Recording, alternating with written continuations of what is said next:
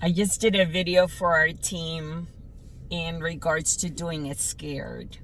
And I thought, you know what? I am not going to put all the details of why I was so scared because it affects other people's lives. But I do want you to know that it's okay to do it scared.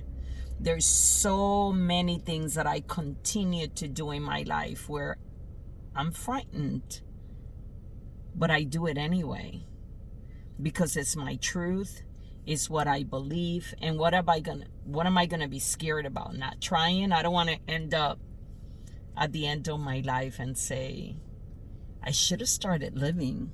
I should have done it scared. Even sitting right here where I'm at, I'm like looking around. It's a lot of homeless people right here. I'm still doing this video and I'm still doing it scared. Like, what is the story that's going to support you in your purpose, in your mission? Sitting at home wondering?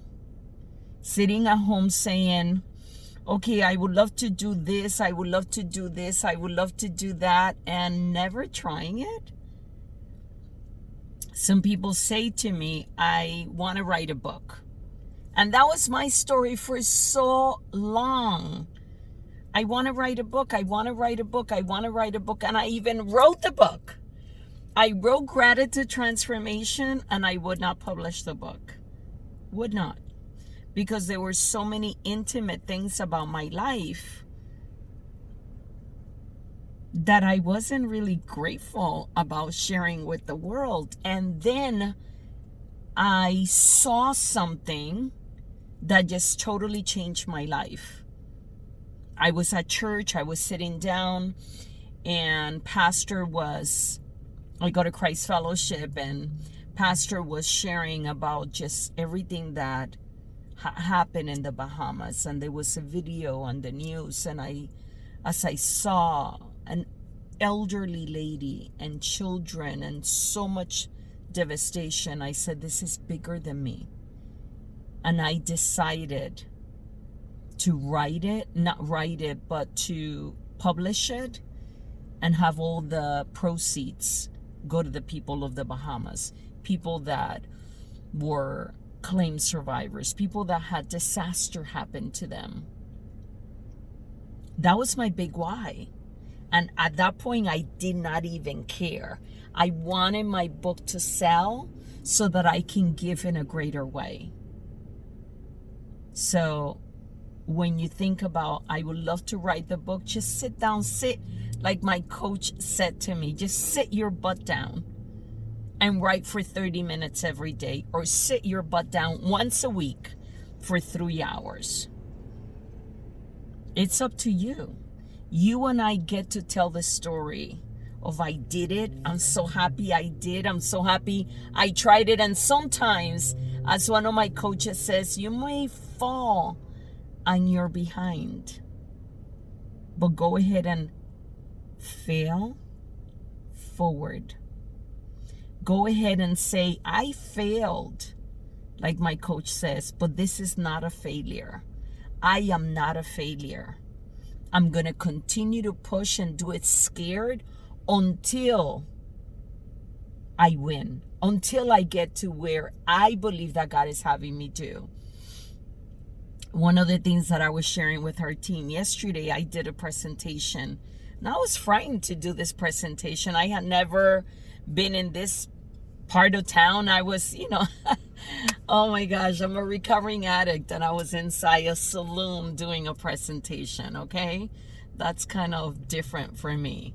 And no judgment, I went to bars all the time and drank all the time and had the most fun I have had in years.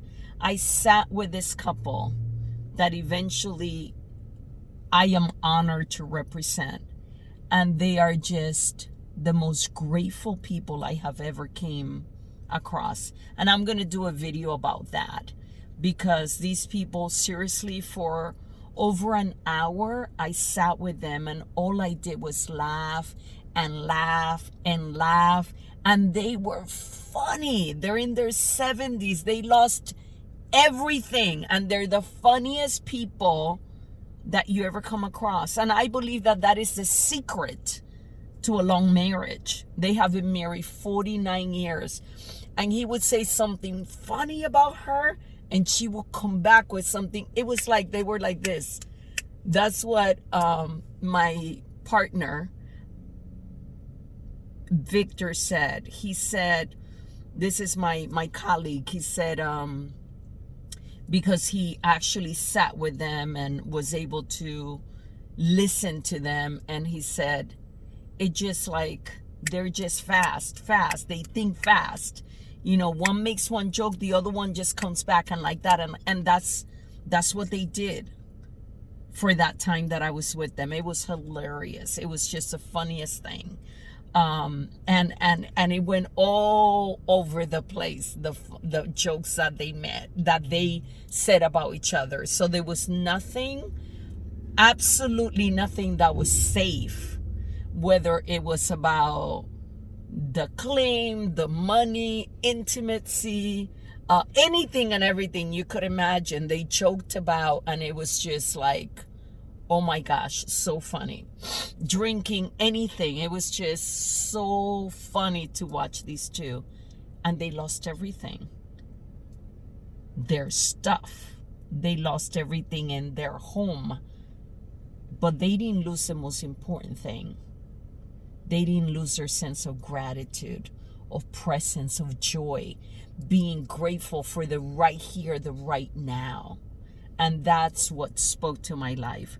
And, you know, I said to them, there were a number of times where a little bit of pee came out, for sure, because it was just too much. It was just too much to sit with this couple and listen to their stories.